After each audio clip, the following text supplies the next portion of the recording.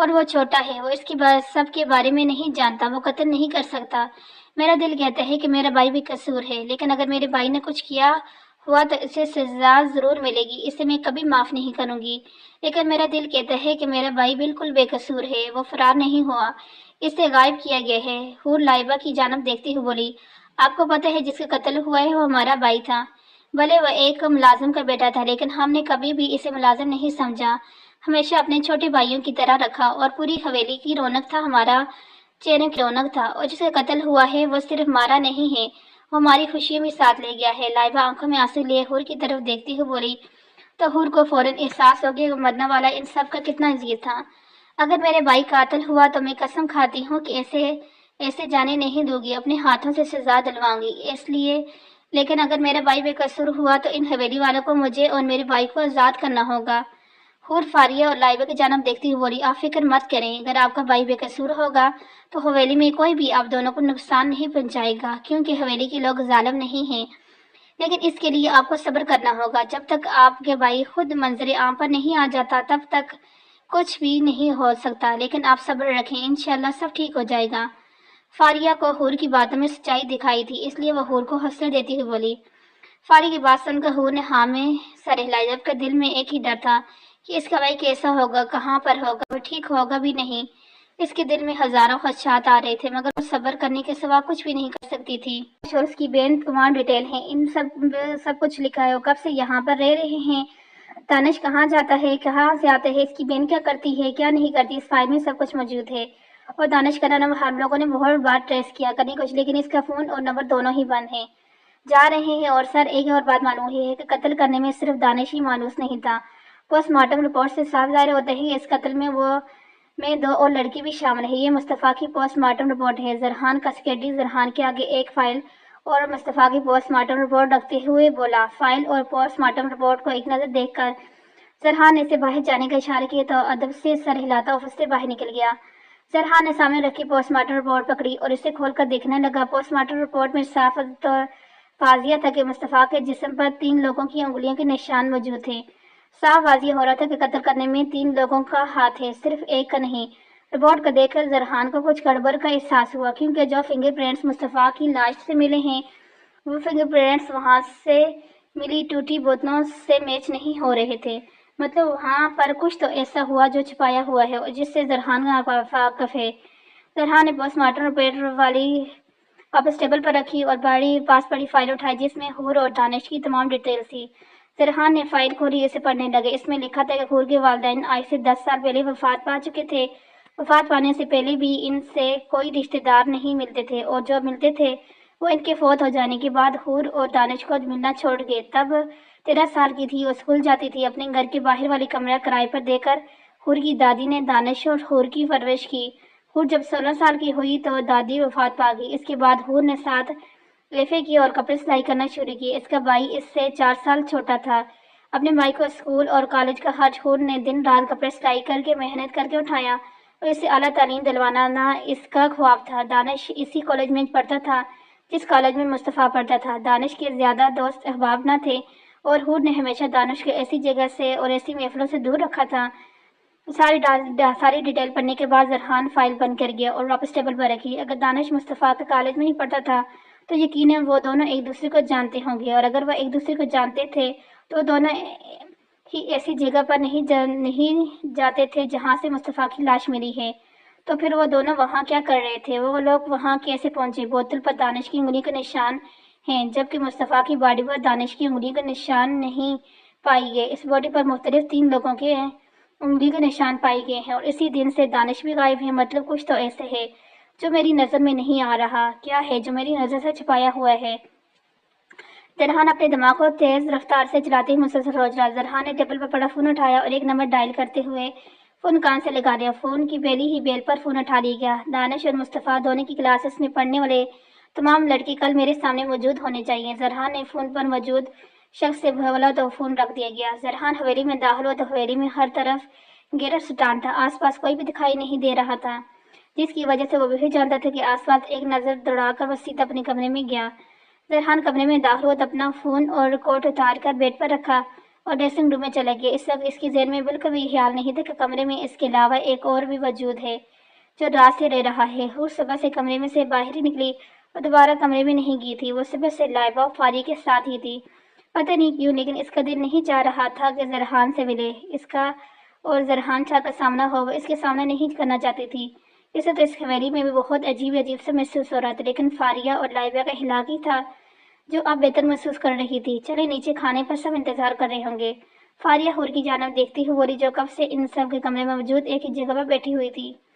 وہ وہاں سے ہلی تک نہیں، مجھے بھوک نہیں ہے، تم لوگ چلی جاؤ۔ حور فاریہ کی طرف دیکھتی ہوئی ہلکی سی مسکراہٹ میں بولی۔ اس کی مسکراہٹ میں کی تھی۔ فاریہ نے اس کی مسکراہٹ کے پیچھے دکھ سب کو محسوس کیا۔ ایسے کیسے بھوک نہیں ہے؟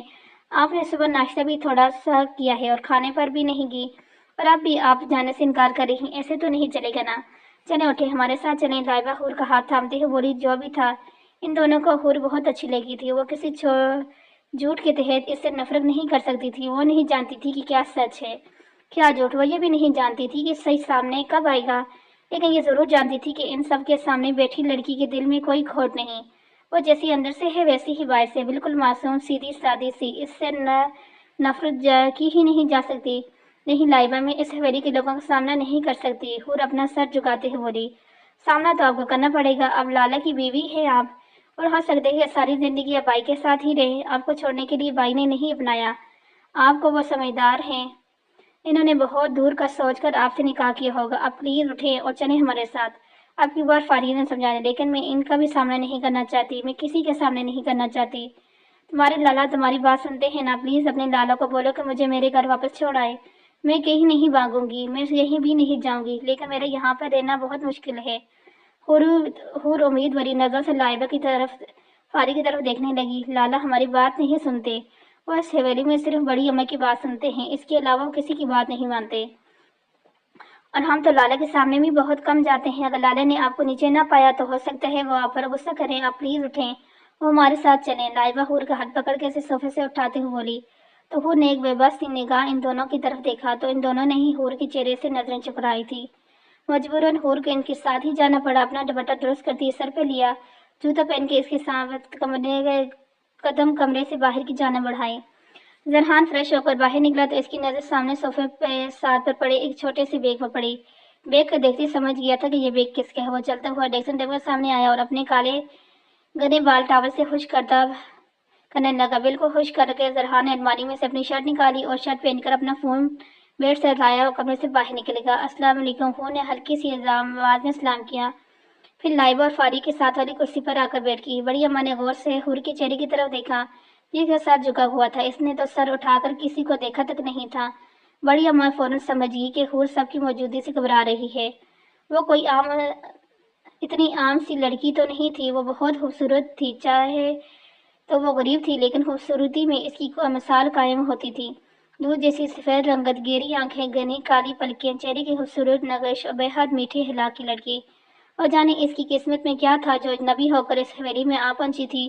جو بھی تھا، بڑی اماں نے آج تک حور سے زیادہ خوبصورت لڑکی نہیں دیکھی تھی۔ انہیں وہ بہت اچھی لگی تھی اور انہیں یقین تھا کہ وہ بے قصور ہوگی، اور سب میں اس کا کوئی قصور نہیں ہوگا۔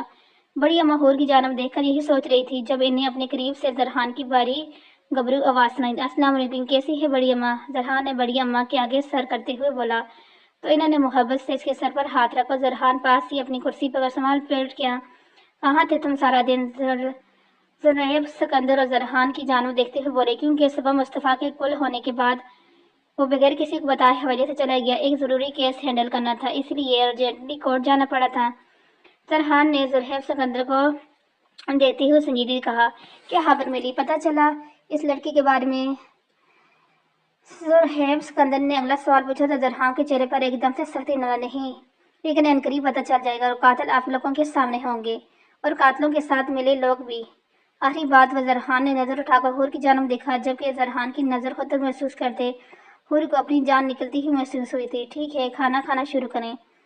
زرحیب سکندر نے ہاں میں سر ہلاتے ہوئے سب کو کھانا کھانے کا اشارہ کیا، اور پھر سب کھانا کھانے میں مصروف ہو گئے، جبکہ ان سب کی موجودگی میں حور سے اپنے حلقے میں ایک نوالہ بھی اتارنا بھی بے حد مشکل ہو گیا۔ اس کا بالکل بھی دل نہیں کر رہا تھا کہ کچھ کھائے، اور ان سب کے درمیان بیٹھ کر اپنا حلقہ کڑواتا ہوا محسوس ہو رہا تھا، مگر پھر بھی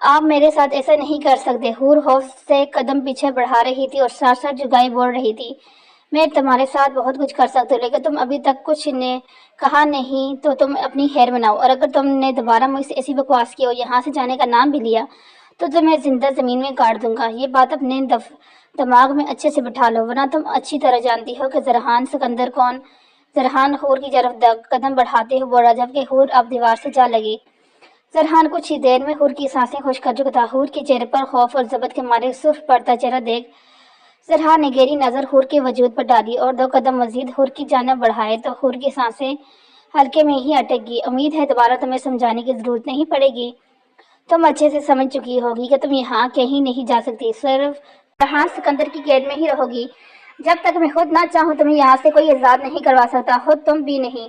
زرحان اپنا بایاں ہاتھ ہار کے حور کے چہرے کے قریب دیوار پر رکھتے ہوئے بولا تو حور نے سختی سے اپنی آنکھیں مید دی۔ زرحان نے بہت غور سے حور کی پلکوں کی لرزش اور اس کے کپکپاتے وجود کو دیکھا، پھر ہاتھ بڑھا کر ساتھ ہی سوئچ بورڈ سے لائٹ آف کر دی اور پیچھے ہٹا۔ اچانک لائٹ بند ہونے پر حور نے پٹ سے اپنی آنکھیں کھولی، مگر اندھیرا ہونے کے باعث وہ کچھ بھی دیکھ نہیں سکتی تھی۔ زرحان چلتا ہوا بیڈ کے قریب آیا اور سائڈ لیمپ آن کیا تو کمرے میں ہلکی روشنی پھیل گئی۔ حور نے زرحان کو خود سے دور دیکھا تو گہرا سانس لے کر اپنے سانس بحال کیا۔ کیا چاہتی ہو؟ اب خود اپنی جگہ پر جانا پسند کرو گی یا میں تمہیں اٹھا کر صوفے پہ پٹکوں؟ زرحان کی قہردار اور گریدار آواز سن کر حور ڈر کے مارے ایک دم اچھلی تھی اور دوڑنے کے انداز میں صوفے تک گئی اور جلدی سے لیٹ کر اپنے ہی دوپٹہ خود پر پھیلا لیا۔ زرحان نے ایک نظر صوفے کی جانب دیکھا اور بیڈ پر لیٹ کر سائڈ لیمپ آف کر دیا اور آنکھیں موند دی۔ دوست بے وفا نکلتے ہیں یہ تو سنا تھا، مگر آج ثابت ہو گیا۔ پچھلے 3 دن سے تمہیں بالکل یاد نہیں آیا کہ کوئی ہے جسے تم نے بتانا ہے کہ تم کہاں پر ہو اور کیسی ہو۔ دانیال فل ناراضگی کا مظاہرہ کرتے ہوئے فون کان سے لگائے بول رہا تھا، کیوں تمہیں بتا کر نہیں آئی تھی کیا؟ یا میں تمہیں پتہ نہیں کہ میں کہاں پر ہوں اور کوئی چھوٹی سی بچی ہوں جو کیا تمہیں روز کال کر کے بتاؤں کہ میں کیسی ہوں؟ اینی نے آگے سے ریلیکس انداز میں جواب دیا، جبکہ اس کے جواب پر دانیال کو تپا گیا۔ تم اپنے بارے میں نہیں جب بتانا چاہتی تھی تو مت بتاتی، کم از کم میرے بارے میں ہی پوچھ لیتی۔ دانیال نے اگلا شکوہ آگے رکھا تھا، میری بات سنو مسٹر دانیال حیدر، کوئی چھوٹے کاکے نہیں ہو تمہیں کیا ہوا؟ بیٹھے ہٹے کٹے نوجوان ہو، ہماری ٹیم کے بہادر ایجنٹ ہو اور اب تم ایسے گلے شکوے کرتے ہوئے اچھے تھوڑی نہ لگتے ہو، اس لیے یہ بچپنا چھوڑو، اینی دانیال کو سمجھاتے ہوئے بولی۔ اور مس اینا سکندر، آپ بھی تو کوئی اتنی میچور لیڈی نہیں ہیں جو میری اماں دادی بن جاتی ہیں اور مجھے سکھانے بیٹھ جاتی ہیں کہ یہ نہ کرو وہ نہ کرو، یہ نہ سوچو وہ نہ سوچو، یہاں مت جاؤ وہاں مت جاؤ۔ میری دوست ہو تو دوست بن کے رہا کرو یار، ایک ہی تو دوست بنائی ہے میں نے، اور تم ہو کہ میری دادی اماں کے فرائض پورے کر رہی ہوتی ہو۔ دانیال دان پیستے ہوئے بولا تو اینی نے اپنا مسکراہٹ دبائی۔ میری بات سنو اور اپنے دماغ کے تمام پرزے کھول کر سننا۔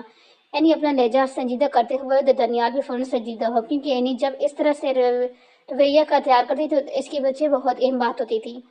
پچھلے کیسز کی جتنی بھی فائلز میں نے تمہیں تیار کرنے کو بولا تھا وہ سب مجھے میری ای میل پر موجود چاہیے۔ شام تک مجھے تمام فائلز مل جانی چاہیے، اور جو کام تمہیں سونپ کر آئی ہوں اسے جلد مکمل کرو، اور یہاں پر تمہاری اشد ضرورت ہے۔ میں چاہتی ہوں تم اپنا کام ختم کر کے پاکستان پہنچ جاؤ۔ اینی سنجیدگی سے لہجے میں بولی، ٹھیک ہے فائلز ریڈی ہیں، تمہیں مل جائیں گی، اور رہی بات کیس کی تو وہ بھی انشاءاللہ جلد مکمل کر کے پاکستان آ جاؤں گا۔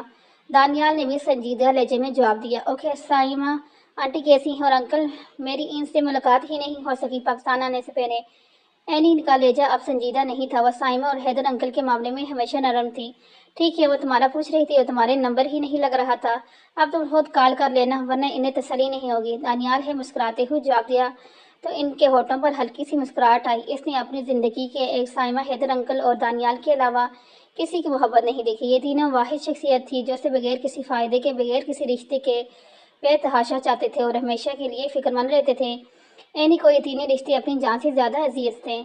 فری ہو کر میں کروں گی کال، آنٹی کو اب فون رکھو اور سو جاؤ، یاد رکھنا کہ ابھی اینی آگے کچھ بولتی دانیال نے فوراً سے اس کی بات کر دی، اور یاد رکھنے کہ ہمارے لیے اپنے مشن سے زیادہ، اپنے فرض سے زیادہ ضروری اور کچھ بھی نہیں، اس لیے فضول سوچوں کو مت دیر سوچنا اور صرف اپنے فرض پر دھیان دینا۔ دانیال بھرپور اینی کی نقل اتارتے ہوئے بولا تو اینی نے دانتوں تلے اپنے لب دبا کر ہنسی روکی۔ وہ ایسی ہی تھی، بات بات پر دانیال کی فکر کرنے والی، مگر سب سے زیادہ اپنے فرض کو سنجیدہ لینے والی، اس لیے وہ دانیال کو بھی ہر بار یہی بولتی تھی کہ وہ اپنے فرض پر زیادہ دھیان دیا کرے، اور یہ جملہ سن کر شاید دانیال کے کان پک چکے تھے، اس لیے اب اینی کا جملہ کسی طوطے کی طرح یاد تھا۔ اینی جب بھی اس طرح بولنے کی کوشش کرتی، اس کے بولنے سے پہلے ہی دانیال فٹ سے اس کا جملہ دہراتا، تو جیسے وہ اینی کو نہیں خود کو بول رہا ہو کہ اپنا فرض یاد رکھنا اور بھولنا نہیں، زیادہ ایکٹنگ کرنے کی ضرورت نہیں، فون رکھ رہی ہوں میں، خدا حافظ، اینی نے بولتے ہوئے ساتھ ہی کال کاٹ دی، جبکہ دانیال نے تعجب سے فون کی طرف دیکھا۔ یہ لڑکی کبھی نہیں سدھر سکتی، دانیال یہ بات صرف سوچ ہی سکتا تھا، کیونکہ بول کر اس نے اپنی شامت نہیں لانی تھی۔ فجر کی آواز کانوں میں پڑتے ہی حور کی آنکھ کھل گئی تھی، وہ اٹھ کر بیٹھی اور دیکھنے لگی، پوری کمرے میں گہرا اندھیرا، دوپٹہ خود پر صحیح طریقے سے لیٹتی اٹھ کھڑی ہوئی، مگر فوراً تو اسے کل لگنے والے جھٹکا یاد آیا۔ لائٹ آن کرنے کے دوران لگا تھا، سوئچ بورڈ کی طرف قدم بڑھانے کے بجائے حور نے بیڈ کی جانب قدم بڑھائے۔ اندھیرے میں بیڈ کو ڈھونڈنا کافی مشکل تھا، لیکن وہ بیڈ تک پہنچ گئی۔ وہ بیڈ کے اس سائڈ پر گئی جہاں زرحان سو رہا تھا، اور اس سے بات کا بالکل بھی اندازہ نہیں تھا کہ زرحان اس سائڈ پر سو رہا ہے، کیونکہ رات کو سونے سے پہلے اس نے دھیان نہیں دیا تھا اور نہ ہی زرحان کی طرف دیکھا تھا، اس لیے وہ نہیں جانتی تھی کہ وہ کس سائڈ پر سویا ہوگا۔ حور نے آہستہ سے بیڈ پر ہاتھ رکھا اور بیڈ کو محسوس کرتے ہوئے آگے بڑھی، جب اچانک اس کا ہاتھ کسی وجود سے ٹکرایا تو حور وہیں ساکت ہو گئی۔ حور کا ہاتھ زرحان کے سینے پر تھا، اور زرحان کے وجود کو محسوس کرتے حور نے جلدی سے اپنا ہاتھ پیچھے کیا تھا، مگر اگلے لگنے والے جھٹکے سے وہ سیدھی بیڈ پر آ گری۔ زرحان جو دن میں بھی محتاط رہتا تھا، اس کی نیند بہت کچی تھی، اپنے پاس تھوڑی سی حرکت سے ہی وہ اٹھ جایا کرتا تھا، مگر آج وہ گہری نیند میں تھا، مگر اپنے وجود پر کسی کا ہاتھ محسوس کرتے ہی بغیر سوچے سمجھے اس نے حور کی کلائی پکڑ کر بیڈ پر پٹکا تھا، جبکہ حور کی دلفریب چیخ پورے کمرے میں گونجی۔ حور کی چیخ سن کر زرحان نے جلدی سے ہاتھ بڑھا کر سائڈ لیمپ آن کیا اور حور کی جانب دیکھا، جو بیڈ پر بالکل سیدھی لیٹی ہوئی تھی، اپنے چہرے پر ہاتھوں سے چھپایا ہوا تھا۔ تم یہاں کیا کر رہی ہو؟ زرحان حور کی جانب دیکھتے ہوئے غصے سے بولا، جبکہ اپنے قریب سے ہی زرحان کی اس سے بڑی آواز سن کر فوراً سے اٹھ کر بیڈ سے کھڑی ہوئی۔ وہ میں خوف کے مارے حور سے کچھ بولے ہی نہیں جا رہا تھا۔ ایسے بولنے پر زرحان نے سخت نظروں سے حور کو گھوڑا۔ منہ میں لائٹ آن کرنے آئی تھی زرحان کو خود کی گردہ دیکھ کر فوراً حور نے بولی، پاگل ہو گئی کیا؟ یا نیند پوری نہیں ہوئی، یا خواب میں چل کر مجھ تک آئی ہو؟ لائٹ یہاں نہیں وہاں سے آن ہوتی ہے۔ زرحان دانت پیستے ہوئے سامنے کے قریب اشارہ کرتے، جی وہاں پر کرنٹ ہے، آپ لائٹ آن کر دیں، مجھے نماز پڑھنی ہے۔ حور اپنے چہرے پر بے تحاشا مصمت لی زرحان کی طرف دیکھتے بولی، واٹ، میرے کمرے میں وہ بھی کرنٹ؟ محترمہ، مجھے لگتا ہے کہ تمہارا دماغ خراب ہو گیا ہے۔ زرحان بیڈ سے اٹھتے ہوئے غصے بڑے لہجے میں بولا، وہاں پر کرنٹ ہے، مجھے کل کرنٹ لگا تھا، آپ پلیز لائٹ آن کر دیں۔ حور نے زرحان کو دوبارہ بتانا چاہا کہ وہاں پر واقعی ہی کرنٹ ہے، تو زرحان نے ایک نظر حور کو گھورا، پھر چلتا ہوا سوئچ بورڈ کے قریب آیا اور لائٹ آن کر دی۔ کہاں پر ہے کرنٹ؟ زرحان حور کی جانب دیکھتے ہوئے آیا، یہاں پر ہی تھا، مجھے کل لگا تھا، اب چلا گیا ہوگا۔ حور بے حد مصمت سے ہلکی سی آواز میں بولی، ہاں تمہارے ماموں کا بیٹا لگتا ہے نا، جو تم سے کل ملنے آیا تھا اور آج چلا گیا۔ زرحان حور کے جواب پر جل کر بولا، نہیں میرے ماموں تو ہے ہی نہیں، پھر ان کا بیٹے کیسے ہوگا؟ حور نے اپنی سوچ کے مطابق معصومیت بھرے لہجے میں جواب دیا، مجھے تمہاری رشتہ داریاں نکالنے کا کوئی شوق نہیں، اور مجھے دوبارہ ایسی فضول گوئی کرنے سے گریز کرنا۔ زرحان حور کی جانب دیکھتے ہوئے سنجیدگی سے بولا اور چلتا ہوا الماری کے قریب آیا، اپنا ڈریس نکالتے ہوئے ڈریسنگ روم میں گھس گیا۔ حور نے ایک نظر ڈریسنگ روم کے بند دروازے کی طرف دیکھا، پھر وضو کرنے چلے گئی۔ یہ باتیں تو اب اسے سننی ہی تھی، کیونکہ اس کی قسمت میں لکھ دیا گیا تھا اور اسے یہ برداشت کرنا ہی تھا ہر حال میں، پھر چاہے وہ ہنس کر برداشت کرتی یا رو کر۔ حور وضو کر کے باہر نکلی، اس نے دیکھا کہ کمرے میں جا نماز بچھائے زرحان نماز ادا کرنے میں مصروف ہے۔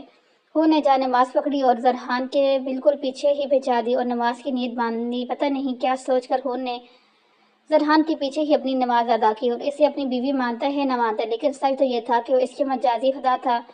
اس کا شوہر تھا، شوہر بہتر جانتا تھا کہ اس کے نصیب میں آگے کیا ہونے والا تھا، مگر اب تو وہ جانتی تھی نہ کہ زرحان اس کا شوہر ہے۔ زرحان نے نماز ادا کی، اس نے محسوس کیا کہ حور اس کے پیچھے ہی نماز ادا کر۔ یہ سب دیکھتے ہوئے زرحان کو ایک بار حیرت ہوئی، کل سے لے کر آج تک وہ اس سے ہر دفعہ دھتکار چکا تھا، لیکن لڑکی ایک بار بھی آگے سے جواب نہیں دیتی تھی، بلکہ وہ تو چپ چاپ سب برداشت کر رہی تھی، اور اب تو زرحان کے پیچھے نماز ادا کر رہی تھی۔ کیا تھی وہ اپنی سوچوں میں جھٹک کر زرحان نے دعا مانگی، تب تک حور بھی نماز ادا کر کے فارغ ہو چکی تھی۔ زرحان نے اٹھ کر اپنی جا نماز طے کر کے سائڈ پر رکھی اور حور کی جانب دیکھا، جو دعا مانگنے میں مصروف تھی۔ زرحان اٹھا اور جا کر بیڈ پر بیٹھ گیا، حور کی جانب دیکھنے لگا، جو دعا کے لیے ہاتھ پھیلائے آنکھوں کو بند کیے دل ہی دل میں دعا مانگ رہی تھی۔ اس کے لب تو بھی حرکت نہیں کر رہے تھے، شاید وہ اپنے خدا سے دل کی زبان بول کر مانگتی تھی۔ زرحان نے ایک آخری نظر اس کی طرف دیکھا، پھر اپنی نظریں اس پر ہٹائی اور بیڈ پر صحیح سے ہو کر لیٹ گیا۔ اس کی رات ابھی سونے کا تھا کیونکہ ابھی صبح کے 4 بج رہے تھے اور وہ کورٹ کے لیے 10 بجے نکلتا تھا۔ ہور نے دعا مانگ کر جانماز اٹھائی اور ذرحان کی طرف دیکھا جو بیڈ پر لیٹا بازو آنکھوں پہ رکھے شاید سونے کی کوشش کر رہا تھا۔ ہور نے جانماز سائڈ پر رکھ کر سوئچ بورڈ کی طرف بڑھی تو سوئچ بورڈ کو دھیان سے دیکھنے لگی تو اسے اندازہ ہوا کہ اس دن جب اس نے کرنٹ لگا تھا تو اس نے غلطی سے اپنی انگلی سوئچ بورڈ کے اندر ڈال دی تھی۔ باقی تو یہاں پر کوئی ایسا سین نہیں تھا جو کرنٹ پڑتا۔ ڈرتے ڈرتے اس نے بٹنوں کو اوپر کی طرف کر دیا تو کمرے میں تمام لائٹس بند ہو گئی، لیکن اس کو کرنٹ نہیں لگا۔ یہ سوچ کے اس نے سکھت سانس لی اور جا کر صوفے پر بیٹھ گئی۔ کمرے میں مکمل اندھیرا تھا، وہ کچھ بھی نہیں دیکھ سکتی تھی۔ فجر کے بعد اسے نیند نہیں آتی تھی اور اس وقت وہ سو بھی نہیں سکتی تھی۔ وہ کمرے سے باہر بھی نہیں جا سکتی تھی، اس لیے صوفے پر ہی لیٹ کر آنکھیں موند لی۔ یہ ایک آرمی گراؤنڈ کا منظر تھا جہاں پر تقریباً 150 سے زیادہ آرمی آفیسر اپنے یونیفارم میں ملبوس، اپنے ہاتھ پیچھے کیے، کمر پر باندھے، چوڑا سینہ کیے بالکل ساکت کھڑے تھے۔ جب انہیں اپنے سینئر آفیسر کے آنے کی خبر سنائی دی تو وہ پہلے سے بھی زیادہ چوکن کھڑے ہو گئے۔ بلیک یونیفارم میں ملبوس، کندھوں پر چمکتے ستارے، چہرے پر حجاب اور سر پر سرکاری ٹوپی پہنے، سینے کی دائیں جانب چمکتا روشن نام، چہرے پر نظر آنے والی سنجیدگی، گرین آنکھوں میں سرخ لکیریں جو آنکھوں کی سختی کو ظاہر کر رہی تھی۔ این ایس سکندر ایک سخت پہاڑ کی مان تھی جس کی پرسنالٹی دیکھ کر کوئی بھی نظر اٹھانے کی ہمت نہیں رکھتا تھا۔ وہ بھاری قدم اٹھاتی ہوئی گراؤنڈ میں داخل ہوئی تو اسے دیکھتے ہی تمام آفیسر نے سلوٹ کیا اور جیسے جیسے چلتی آ رہی تھی ویسے ویسے آفیسر اسے سلوٹ پیش کر رہے تھے۔ وہ سر کے اشارے سے سب کو جواب دے رہی تھی۔ وہ چلتے ہوئے سیدھا ان آفیسرز کے سامنے کچھ فاصلے پر کھڑی ہو گئی۔ ایک نظر ان سب آفیسر کو دیکھا، پھر اپنی کمر پر اپنے دونوں ہاتھ باندھ کر اپنی گردن اکڑا کر بالکل سامنے دیکھنے لگی۔ آپ سب جانتے ہیں کہ آپ لوگ یہاں کیوں موجود ہیں؟ انہیں کئی سنجیدہ دمادار آواز پورے گراؤنڈ میں گونجی۔ یس میم، سامنے کھڑے تمام آفیسر نے تیزی سے ایک ہی آواز میں جواب دیا۔ آپ سب جانتے ہیں کہ آپ سب کو یہاں پر کیوں کرامت کیا گیا ہے؟ یس میم، اینا کے اگلے سوال پر وہ بھی تیز تیر کی رفتار سے تمام آفیسر کا جواب آیا تھا۔ کیا آپ سب کی ٹریننگ مکمل طریقے سے ہے؟ اینی کے سخت آواز گراؤنڈ میں گونجی۔ یس میم، دوبارہ سے ایک ہی آواز میں تمام آفیسر کا جواب آیا۔ اگر مشن کے دوران آپ کو اپنی جان بھی گنوانی پڑے تو آپ کیا کریں گے؟ اینی نے سب کی طرف دیکھتے ہوئے اگلا سوال کیا۔ اگر اپنے ملک کی بہن بیٹیوں کو بچانے کے لیے ہماری جان بھی داؤ پر لگتی ہے تو ہمیں بالکل فرق نہیں پڑے گا، ہم اس کے لیے اپنی جان دینے کو بھی تیار ہیں۔ تمام آفیسر نے ایک ہی آواز میں جواب دیا۔ بالکل غلط۔ اینا کی بات پر سب کو بہت حیرانی ہوئی، لیکن کوئی بھی اپنی جگہ سے نہ ہلا اور نہ ہی نظروں کا زاویہ بدل کر اینا کی طرف دیکھا۔ آپ سب جانتے ہیں کہ آپ کی جان کس کے لیے اور کتنی قیمتی ہے، یقین نہیں جانتے ہوں گے۔ یہ بات تو سب کو سکھائی جاتی ہے کہ اپنے وطن کے لیے جان بھی دینی پڑے تو دے دینا، لیکن آپ کو وطن کے لیے جان تب دینی پڑتی ہے جب آپ کے لیے وطن کا آخری دشمن زندہ بچا ہو۔ آپ نے خود میں اتنی ہمت لانی ہے، اتنا حوصلہ پیدا کرنا ہے کہ آپ کے سامنے کھڑے دشمن ٹچکیاں اڑا دیں۔ پہلے جان پیش کرنے والے آفیسر مجھے ہرگز نہیں چاہیے۔ خود میں ایسا اعتماد پیدا کریں کہ آپ کی نظروں میں دیکھتے ہی دشمن کانپنے لگے۔ صرف آپ کو اپنی جان دے کر اپنے ملک کی بہن بیٹیوں کو بچانا نہیں، بلکہ اپنی جان بچا کر اپنے گھر اور خود سے جڑے رشتوں کو بھی بچانا ہے۔ صرف قربانی ہی کامیابی نہیں ہوتی۔ اپنے دشمن کو ایسے شیر کی نگاہ سے دیکھو کہ اس وقت اس کے افسانہ ختم ہو جائیں۔ آپ سب پاکستان کے رکھوالے ہیں، آپ کی نظر میں اتنی قوت اور طاقت ہونی چاہیے کہ سامنے کھڑا دشمن تھر تھر کانپنے لگے۔ آپ کے جسم میں تب تک جان اور روح سلامت رہنی چاہیے جب تک سامنے دشمن کو جہنم نصیب نہ کر دیے۔ کل سے آپ کی ٹریننگ دوبارہ شروع ہوگی۔ انڈرسٹینڈ؟ ہور کی دھماکےدار گرجدار آواز پورے گراؤنڈ میں کسی اسپیکر کی مانند گونج رہی تھی۔ یس میم، اینی کی باتیں سن کر وہاں موجود تمام آفیسر اپنے اندر ایک الگ سا جوش پیدا ہوتا ہوا محسوس ہوا۔ آج تک جتنے بھی آفیسر آئے تھے، جتنے بھی آفیسر نے ان کی ٹریننگ کی تھی، کبھی بھی انہوں نے یہ نہیں بولا تھا کہ تم لوگوں نے اپنی بھی رکھوالی کرنی ہے، خود کی بھی جان کی پرواہ کرنی ہے۔ انہوں نے ہمیشہ یہ سکھایا تھا کہ وطن کے لیے جان بھی دینی پڑے تو دے دو۔ لیکن یہ آفیسر جوان جو ان کے سامنے کھڑی تھی، ایک لڑکی تھی جو ان سے زیادہ عقل اور شعور رکھتی تھی اور ان کے اندر سویا ہوا شہر جگا گئی تھی۔ تمام آفیسر کی طرف دیکھتے ہوئے اینی نے واپسی کے لیے قدم بڑھائے اور گراؤنڈ سے نکلتی چلی گئی۔ ہور اس وقت بڑی ماں کے کمرے میں موجود تھی، جبکہ بڑی اماں نے ہور کے لیے بہت سارے کپڑے، جوتے اور کچھ ضروری سامان منگوا کر اس کے آگے رکھا تھا۔ جبکہ ہور کو یہ بات بہت عجیب لگی تھی، اتنی جلدی وہ کیسے نئے جوڑے کپڑے پہن لیتی جبکہ اس کے حق میں ابھی کوئی فیصلہ نہیں ہوا تھا۔ کیا دیکھ رہی ہو بیٹا، یہ سب تمہارے لیے منگوایا ہے۔ میں نے ہور کو مسلسل اس سامان کو گھورتا دیکھ کر بڑی اماں نے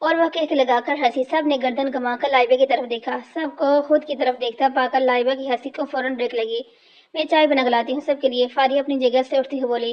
میں بھی چلتی ہوں، ساتھ ہیلپ کروا دوں گی۔ حور بھی فوراً سے کھڑی ہوتی ہوئی بولی تو فاریہ نے مسکراتے ہوئے ہاں میں سر ہلایا۔ وہ دونوں کچن میں جی جانو چل دی۔ اگر تم دونوں جا رہی ہو تو مجھے بھی لے جاؤ، میں ان پرانے زمانے کی لیڈیز کے درمیان بیٹھ کر کیا کروں گی؟ لائبہ نے ان کے پیچھے سے ہانک لگائی تو زینب بیگم اس سے ایک زبردست گولی سے نوارا، مگر وہ تھی ہی اتنی ڈیٹ، نہ تو اسے اپنی ماں کی گولی یوں فرق پڑتا تھا اور نہ ہی کبھی باز آتی تھی۔ اس سے پہلے کہ اس کی مرمت زینت بیگم کو جوتے سے کرتی، وہ اس کی گولیوں کو اگنور کرتی ہے، وہ ہاتھ سے اٹھ کے ان کے پیچھے دوڑی۔ زرحان اس وقت اپنے آفس روم میں موجود اپنی چیئر پر بیٹھا، دائیں کھنی چیئر سے ٹکائے اپنی تھوڑی کے نیچے ہاتھ مٹھی بنا کر کرسی کو دائیں بائیں ہلا رہا تھا۔ سامنے موجود لڑکوں کو دیکھ رہا تھا۔ زرحان سرد اور سخت نظروں سے وہ لڑکے بے حد گھبرائے ہوئے تھے۔ وہ کسی سے بھی بولنے کی ہمت نہیں ہو رہی تھی کیونکہ جب تک زرحان سکندر کا حکم نہ آتا تب تک ان میں سے کوئی ایک بھی بول نہیں سکتا تھا۔ زرحان کو آج ہی معلوم ہوا تھا کہ جس جگہ پر مصطفیٰ کا قتل ہوا اس جگہ پر مصطفیٰ اور اس کے کچھ دوست کچھ دنوں سے اکٹھے جا رہے تھے، جبکہ دوسری طرف دانش اور اس کے کچھ دوست بھی اسی جگہ پر اکٹھے جاتے تھے۔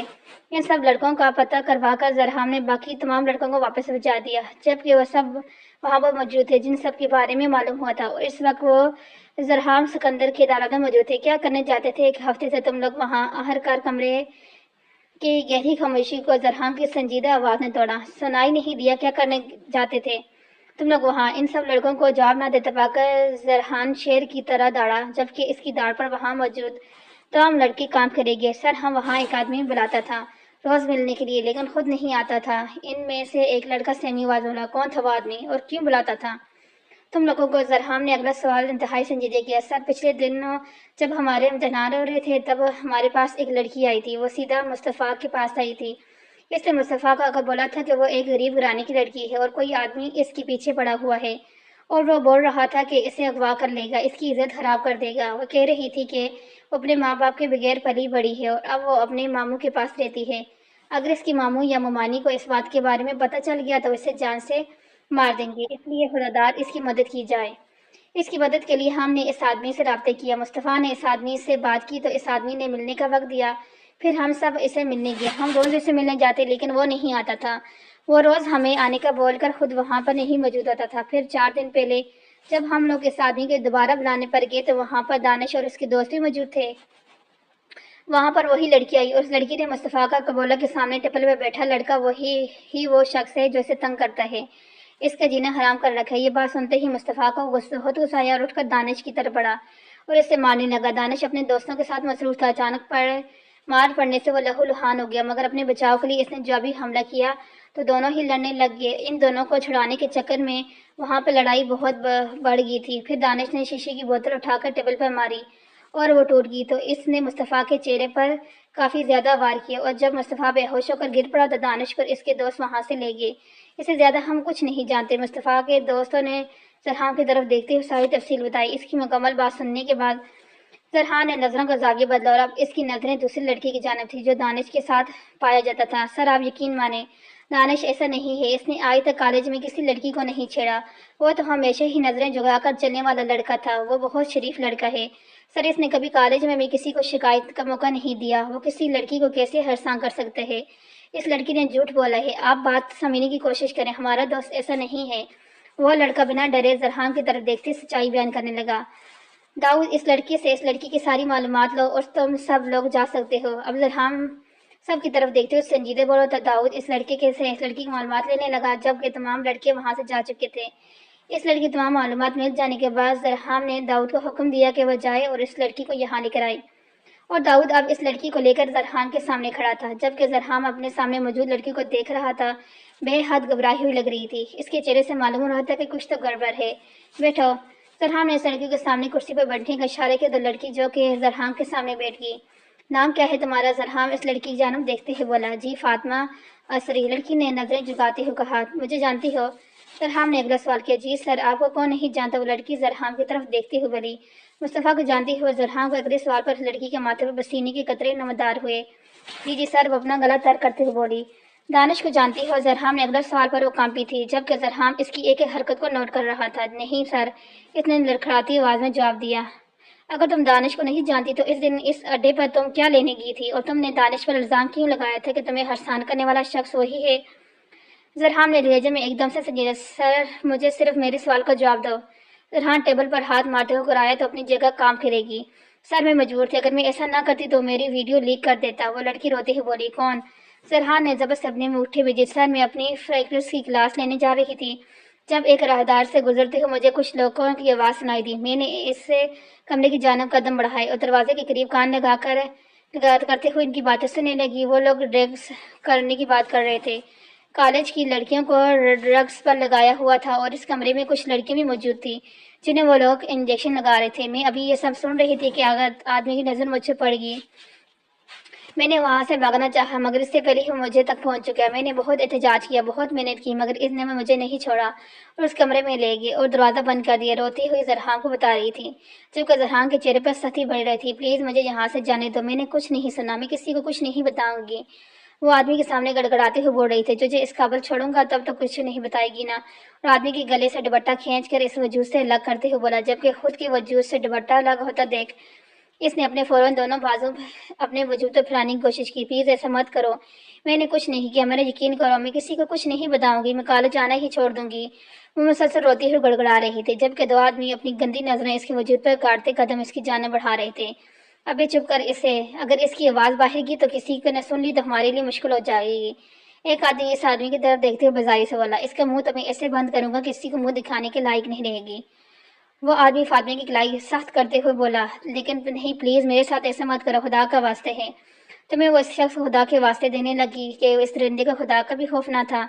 کمرے کے آخر تک لے جاتے ہوئے اس آدمی نے فاطمہ کو کھینچ کر زمین پہ پھینکا اور ابھی وہ اس پر جھکنے ہی لگا تھا جب اس کمرے کا دروازہ کھلا۔ یہاں سے نکلو، اپنا سامان اٹھاؤ، جلدی سے یہاں سے غائب ہو جاؤ۔ لڑکا اور اس کی دوست اسی طرف آ رہے تھے، اگر ان لوگوں کا ذرا سا بھی شک ہم پر ہوا بری طرح پھنس جائیں گے، جلدی نکلو یہاں سے۔ وہ آدمی پریشانی کے عالم میں ان آدمیوں کی طرف دیکھتے ہوئے بولا تو اس کی بات سن کر وہ لوگ اپنا سامان اٹھاتے باہر کی طرف دوڑے۔ ان کے ہاتھ میں کچھ بیگز تھے جن میں انجیکشن اور ڈرگس موجود تھے۔ آگے پیچھے لوگ بغیر وہاں سے نکلتے گئے۔ جب کسی نے آنے کی خبر سن کر وہاں سے موجود نشے میں دھت پڑی لڑکیاں بھی اپنے آپ کو سنبھالتی ہوئی اس کمرے سے بھاگی تھی۔ ان کو جاتا دیکھ فاطمہ نے 1000 بار خدا کو شکر ادا کیا، خدا نے آج اس کی عزت بچا لی، ورنہ وہ واقعی میں کسی کو منہ دکھانے کے لائق نہ رہتی۔ دوپٹہ خود کے وجود صحیح طرح سے لیتی، اپنے آنسو صاف کرتی، کسی بھی وہاں پہنچنے سے پہلے اسی کمرے سے دوڑتی نکلتی گئی۔ دانش اور اس کے دوست اسی کمرے میں داخل ہوئے تو چاروں طرف نظر دوڑانے لگے مگر پورے کمرے میں انہیں کچھ بھی دکھائی نہ دیا۔ یان میں نے ایک لڑکی کو اس کمرے میں آتے دیکھا تھا، مجھے کچھ گڑبڑ لگ رہی ہے۔ دانش کا دوست دانش کی طرف دیکھتے ہوئے بولا۔ دانش نے ایک بار باریکی سے نظر سے کمرے کا جانب دہرائی جب اسے زمین پر ایک سائڈ پر انجیکشن گرا ہوا دکھائی دیا۔ اس نے آگے بڑھ کر انجیکشن اٹھایا مگر اس میں آنے والی اسمیل سے ہی سمجھ چکا تھا انجیکشن میں ڈرگس ہے۔ ہاں یار تو صحیح کہہ رہا ہے، یہاں ضرور کچھ تو غلط ہو رہا ہے، مجھے لگتا ہے ہمیں پرنسپل صاحب سے بات کرنی چاہیے۔ دانش اپنے دوستوں کی طرف دیکھتے ہوئے بولا، ہاں صحیح کہہ رہا ہے، ویسے تو پرنسپل کچھ دنوں کے لیے ملک سے باہر گئے ہوئے ہیں لیکن جیسے وہ آئیں گے ہم انہیں اس بارے میں اطلاع کر دیں گے۔ دانش کا دوست اس کی طرف دیکھتے ہوئے بولا، ہاں یہ ٹھیک ہے مگر اس سے پہلے ہمیں نظر رکھنی ہوگی کہ یہ کام کون لوگ کر رہے ہیں۔ دانش اپنا دماغ چلاتے ہوئے بولا تو سب نے ہاں میں سر ہلائی، اور اب ان کا ارادہ ان لوگوں کو پکڑانے کا تھا جو ان کی کالج میں نشے کو پھیلا رہے تھے۔ فاطمہ پھولی ہوئی سانسوں کے ساتھ کوریڈور سے بھیجی جب سامنے سے اپنے دوست آتی دکھائی دی، جبکہ اس کی دوست کی نظر جیسے ہی اس پہ پڑی تو وہ پریشان سی ہو گئی کیونکہ اس کا چہرہ پسینے سے تر تھا اور چہرے سے کافی ڈری ہوئی سمی ہوئی لگ رہی تھی جبکہ اس کی حالت بھی ٹھیک نہیں لگ رہی۔ فاطمہ کیا ہوا تم ٹھیک تو ہو؟ فاطمہ کی طرف دیکھتے ہوئے پریشانی سی بولی۔ اس کی حالت دیکھ کر کافی پریشان ہوگی۔ ہاں میں ٹھیک ہوں، بس چلو یہاں سے، مجھے گھر جانا ہے۔ فاطمہ اسی جانب دیکھتے ہوئے بولی اور پھر اس کا ہاتھ پکڑتی کالج سے باہر لے جانے لگی جبکہ وہ حیران اور پریشان فاطمہ کی طرف دیکھ رہی تھی۔ نہ تو وہ کچھ بتا رہی تھی اور نہ بولنے دے رہی تھی بلکہ اسے اپنے ساتھ لیتی زبردستی کالج سے باہر لے جا رہی تھی۔ اس سے فاطمہ کی طبیعت اس وقت بالکل ٹھیک نہیں لگی، اس لیے کوئی بھی سوال پوچھنے کے بجائے وہ خاموش ہوگی۔ اس نے سوچا کہ جب اس کی حالت بہتر ہوگی تو وہ خود اسے ساری بات بتا دے گی۔ 2 دن ہو گئے تھے مگر فاطمہ کالج نہیں گئی، ڈر کے مارے اسے بخار ہو گیا مگر وہ کسی کو بھی کچھ نہیں بتا رہی تھی۔ اس کی حالت سے اس کے ماموں کافی پریشان ہوئے تھے لیکن تیسرے دن جب وہ خود ہی کالج کی تیار ہوئی تو انہیں تھوڑی تسلی ہوئی۔ فاطمہ نے خود سوچا کہ 2 دن سے ایسا کچھ نہیں ہوا، وہ سوچ رہی تھی تو پھر اب کیسے ہوگا۔ اس نے سوچا وہ کالج جائے گی، اپنی پڑھائی مکمل کرے گی تاکہ ڈاکٹر بن سکے، اپنے ماموں کا خواب پورا کر سکے۔ اس نے فیصلہ کر لیا کہ وہ دوبارہ اس کمرے کے قریب بھی کبھی نہیں گزرے گی۔ بلکہ اس طرح جائے گی ہی نہیں جہاں پر کوئی اسٹوڈنٹ موجود نہ ہو۔ وہ ہمیشہ بھیڑ والی جگہ پر رہنے لگی جہاں پر اسٹوڈنٹ موجود ہوں گے۔ وہ وہیں پر بیٹھے گی، نہ اکیلے کہیں جائے گی اور نہ ہی اکیلے کہیں بیٹھ کر پڑھا کرے گی، کیونکہ اسے عادت تھی تنہائی میں رہ کر پڑھنے کی، مگر اس حادثے کے بعد وہ ڈر گئی تھی، اس لیے اب وہی تنہائی کے خوف سے تبدیل ہو چکی تھی۔ فاطمہ کے نے کالج میں قدم رکھا، کالج کے گیٹ پر ہی سے اپنے دوست مسکان دکھائی دی۔ مسکان فاطمہ کو دیکھتے ہی خوش ہوگی۔ آج وہ 3 دن بعد کالج آئی تھی اور اس کی گہری دوست بن چکی تھی، اس لیے جب 3 دن سے وہ نہیں آ رہی تو وہ اس کے لیے کافی پریشان تھی، مگر آج اسے کالج دیکھ کر اسے کافی خوشی ہوئی تھی۔ شکر ہے آج تم آ گئی، ورنہ میں تو 3 دن سے پاگل ہی ہو گئی تھی۔ مسکان فاطمہ کے گلے میں ملتی مسکراتی ہی بولی تو وہ بھی مسکرائی اور پھر دونوں نے کالج کے اندر قدم بڑھائے۔ کالج میں سارا دن فاطمہ کو ایسے محسوس ہوا جیسے کسی نے اس پر نظر رکھی ہوئی ہے، جیسے اس کے آس پاس کوئی موجود ہے، اور بار بار جب ادھر ادھر دیکھتی اسے کوئی دکھائی نہیں دیتا، مگر وہ کسی کی نظریں مسلسل ہوتا محسوس کر رہی تھی۔ اس وقت اس کا فری لیکچر تھا، وہ دونوں کینٹین میں بیٹھی تھی، جوس پی رہی تھی، جب مسکان کا فون بجنے لگا۔ اس نے کال ریسیور دکان سے لگایا۔ فاطمہ تو یہیں بیٹھی، میں بس ابھی 5 منٹ تک آئی رہی ہوں۔ آج فیس جمع کروانے کا آخری دن ہے اور بابا مجھے فیس کے پیسے ہی دینے آئے ہیں، کیونکہ گھر بھول گئی تھی اور میں ان سے پکڑ کر لاتی ہوں، پھر ہم دونوں اکٹھے جائیں گے، ٹھیک ہے؟ فاطمہ مسکان فاطمہ کی طرف دیکھتی ہوئے بولی تو فاطمہ نے ہاں میں سر ہلایا تو مسکان مسکراتی ہوئی اٹھی اور کینٹین سے نکل گئی۔ مسکان کے وہاں سے جاتے ہی ایک آدمی فاطمہ کے سامنے آ کر بیٹھا۔ فاطمہ نے نظر اٹھا کر اس آدمی کی طرف دیکھا تو اس کی سانسیں اسی حلقے میں ہی اٹک گئی، کیونکہ یہ وہی آدمی تھا جس نے اس دن فاطمہ سے زبردستی کرنے کی کوشش کی۔ وہ پھٹی پھٹی آنکھوں سے خوف کے مارے اس آدمی کی طرف دیکھ رہی تھی جو اس کے سامنے بالکل ریلیکس انداز میں بیٹھا آنکھوں میں ہوش لیے فاطمہ کو گھور رہا تھا۔ تم کون ہو؟ فاطمہ لڑکھڑاتی آواز میں بولی۔ اتنی جلدی بول گئی؟ ابھی 3 دن پہلے ہی کی تو بات ہے، ویسے بولنا بھی بنتا ہے، یاد دلانے کے وہ کام تو نہیں کیا میں نے سالہ ان وقت پر سارا کام ہی خراب کر دیا؟ کوئی مسئلہ نہیں، اپنا کام سر انجام دے کر ہی رہوں گا۔ وہ آدمی فاطمہ پر گندی نظریں گاڑتے ہوئے بول رہا تھا، جبکہ فاطمہ کو اپنی جان نکلتی محسوس ہو رہی ہے۔ سمجھ نہیں آ رہا تھا کہ اس کی گندی نظروں سے وہ کیسے بچے۔ پلیز مجھے معاف کر دو، میں نے کسی کا کچھ نہیں بگاڑا۔ فاطمہ رونے والی ہو گئی۔ اتنی آسانی سے معاف نہیں کروں گا، چلو سوچو گا مجھے تمہیں معاف کرنے کا، لیکن اس کے لیے مجھے کیا ملے گا؟ فاطمہ کی طرف دیکھ، کیا چاہیے تمہیں؟ میں دے دوں گی تمہیں جتنے بھی پیسے مانگو گی۔ فاطمہ نے انہیں پیسے کی لالچ دینا چاہا کہ شاید وہ ایسے ہی جان چھوڑ دے، مگر ناممکن، وہ تو پیسے نہیں کچھ اور ہی چاہتا تھا۔ نہ پیسے نہیں، تمہاری یہ خوبصورتی چاہیے، تمہارا یہ نشیلا جسم۔ وہ بولا تو فاطمہ کے سر پر جیسے آسمان ایک ساتھ لگنے لگے۔ یہ ایڈریس سے کل عزت سے اپنی جگہ پہنچ جانا، ورنہ تمہیں گھر سے اٹھا لاؤں گا اور تمہاری عزت کی دھچکیاں اڑاؤں گا۔ اس پر میرا نمبر بھی لکھا ہے، سیو کر لینا کہ جب بھی میں میسج کروں تو مجھے آگے سے جواب دے سکو، اور اگر کوئی شیئری کرنے کی کوشش کی تو عزت تو جائے گی لیکن جان سے بھی ماروں گا، میں تجھے تیری لاش بھی نہیں ملنے گی۔ وہ آدمی فاطمہ کی طرف دیکھتے ہوئے مسکراتے ہوئے بولا، جبکہ فاطمہ کا چہرہ لٹے کی مان سفید پڑ گیا، جیسے اس کے جسم سے سارا خون نچوڑ لیا گیا ہو۔ جسم ٹھنڈا پڑنے لگا۔ وہ آدمی فاطمہ کو دھمکی دیتا وہ پرچی فاطمہ کی طرف بڑھایا، اٹھ کھڑا ہوا اور وہاں سے چلا گیا، جبکہ فاطمہ کو سمجھ نہیں آ رہا تھا کہ کیا کرے۔ آنکھوں سے آنسو بہہ کر دونوں رخسانوں پر بھگو رہے تھے۔ اس وقت وہیں پہ بیٹھی خاموش آنسو بہا رہی تھی، اس کا دل درد سے پھٹ رہا تھا، اس کی عزت کو، یہاں تک کہ وہ آدمی اسے یہ بھی دیکھ گیا تھا کہ وہ اس کی عزت کی دھچکیاں اڑا دے گا، وہ کیا کرے؟ بالکل سمجھ نہیں آ رہا تھا۔ وہ یہ سب سوچتے ہوئے آنسو بہا رہی تھی جب اس کے کانوں میں اپنے پیچھے سے آتی ہوئی آوازیں پڑی، میرے بڑے لالا جج ہیں سرحان سکندر، تم سب نے ٹی وی میں دیکھا ہوگا، ان سے بول کر تمہیں جیل بھجوا سکتا ہوں میں۔ مصطفیٰ ہنستے ہوئے اپنے دوستوں کو دھمکی دے رہا تھا، جب وہ سب میں کسی کے ساتھ ہی کیک لگا کر ہنس رہے تھے۔ فاطمہ کیا ہوا، رو کیوں رہی ہو تم؟ فاطمہ کو اپنے قریب مسکان کی آواز سنائی دی تو اس نے جلدی سے اپنے آنسو صاف کیے اور ٹیبل پر رکھی پرچی فوراً اپنے ہاتھ میں کہیں وہ دیکھ ہی نہ لے۔ کچھ نہیں، بس امی ابو یاد آ گئے تھے۔ فاطمہ نے مسکرانے کی ناکام کوشش کی، نہیں کوئی اور بات ہے، تم مجھے بتاؤ کیا ہو؟ مسکان کو تسلی نہیں ہوئی، اس لیے وہ اس کے سامنے بیٹھی اس کا ہاتھ تھام دے بولی کہ یہی بات ہے اور کچھ نہیں۔ اچھا تم مجھے بتاؤ، جو لڑکے تمہیں پریشان کر رہے تھے ان کی شکایت تم نے کس سے کی؟ فاطمہ مسکان کی طرف دیکھتے بولی، میں ابا کے ساتھ زرحان کے سکندر کے آفس گئی تھی، تو وہ جج ہے اور وہ ٹی وی پر بھی آتے ہیں اور وہ جو بہت مشہور اور بڑے آدمی ہیں، جب میں ان کے پاس گئی تو انہوں نے مجھے بالکل چھوٹی بہن کی طرح پیار دیا، میرے ساری بات سنی اور میں نے انہیں بتایا کہ وہ لڑکیاں بولتا ہے کہ میرے چہرے پر تیزاب پھینک دے گا۔ یہ سنتے ہی انہیں بہت غصہ آیا اور انہوں نے ان لڑکوں کی کالج سے ہٹوا لیا اور اب وہ لڑکے میری طرف دیکھتے بھی نہیں ہیں۔ تمہیں پتہ ہے وہ بول رہے تھے کہ میں انہیں لالا بولوں، ہر ہفتے ان کا فون بھی آتے ہیں، اپنی قیمتی وقت میں ہمارے لیے وقت نکال کر وہ مجھ سے حال چال پوچھتے ہیں۔ تمہیں پتہ ہے مجھے بہت خوشی ہوتی ہے، میرا کوئی بھائی نہیں، لیکن انہوں نے مجھے بولا کہ وہ میرے بڑے بھائی ہیں۔ مسکان بے تحاشا خوش ہوتے ہوئے بولی، فاطمہ کو ساری تفصیل بتا رہی، جبکہ فاطمہ کو اپنے پیچھے ایک راستہ نظر آنے لگا۔ یہ جو پیچھے لڑکا بیٹھا ہے، ابھی میں نے اسے بولتے ہیں سنا ہے کہ زرحام سکندر اس کا بڑا بھائی ہے۔ یہ اس کا بھائی ہے کیا؟ فاطمہ مسکان کی طرف دیکھتے ہوئے اگلا سوال کیا۔ ہاں، یہ مصطفیٰ ہے، یہ ان کا سب سے چھوٹا بھائی ہے، اور اس کالج میں اکثر جب کوئی چھوٹے موٹے مسائل ہوتے ہیں یہی سلجھا دیتے ہیں۔ تمہیں پتہ ہے یہ بہت سمجھدار ہے اور بہت اچھا بھی۔ کبھی اس نے کسی لڑکی کو بری نظر سے نہیں دیکھا، اور نہ ہی ان کے دوستوں نے، بلکہ یہ تو ہمیشہ ہر کسی کی مدد کرتے ہیں۔ مسکان مسکراتے ہوئے بولی تو فاطمہ کو لگا جیسے کسی نے اسے نئی زندگی بخشی ہو۔ اسے امید کی ایک نئی کرن دکھائی دی۔ مصطفیٰ اس وقت گراؤنڈ میں اپنے دوستوں کے ساتھ بیٹھا تھا جب اسے اپنے نزدیک آتے ہوئے ایک لڑکی دکھائی دی۔ اسے لگا شاید وہ کسی اور سے ملنے آ رہی ہے، اس لیے اس لڑکی کو اگنور کرتا اپنے دوستوں کے ساتھ باتوں میں مصروف ہو گیا۔ اس میں مصطفیٰ اپنے قریب سے ایک لڑکی کی آواز سنائی دی۔ اس نے گردن موڑ کے اس کی جانب دیکھا۔ مجھے آپ سے بہت ضروری بات کرنی ہے۔ فاطمہ مصطفیٰ کی جانب دیکھتے ہوئے بولی۔ تو مصطفیٰ ایک بار اپنے دائیں اور بائیں جانب دیکھا۔ جی مجھ سے؟ مصطفیٰ خود کی طرف اشارہ کرتے بولا۔ جی آپ نے سے ہی بات کرنی ہے۔ کیا آپ 5 منٹ کے لیے سائڈ پر ہو سکتے ہیں؟ فاطمہ مصطفیٰ کی طرف دیکھتے ہوئے بولی تو اسے تعجب ہوا، کیونکہ آج تک کسی نے بھی لڑکی نے اس کے قریب آ کر یوں بات نہیں کی تھی۔ آپ نے جو بھی بات کرنی یہاں پر کریں، میں سن رہا ہوں، مصطفیٰ فاطمہ کی طرف دیکھتے ہوئے بولا۔ فاطمہ نے ایک بے چین سی نظر اس کے دوستوں پر ڈالی جو فاطمہ کی طرف دیکھ رہے تھے۔ فکر مت کریں، آپ ان کے سامنے بات کر سکتے ہیں۔ مصطفیٰ جیسے سمجھ گیا کہ وہ ان کے دوستوں کے سامنے بات نہیں کرنا چاہتے۔ فاطمہ کا کوئی اور راستہ نہ دکھائی دیا تو اس نے مصطفیٰ کو ساری تفصیل بتانے لگی۔ اس کی ساری بات سنتے مصطفیٰ کو سچ بتا دیا اور آخر میں رو پڑی۔ دیکھیں آپ روئیں نہیں، سب کچھ ٹھیک ہو جائے گا۔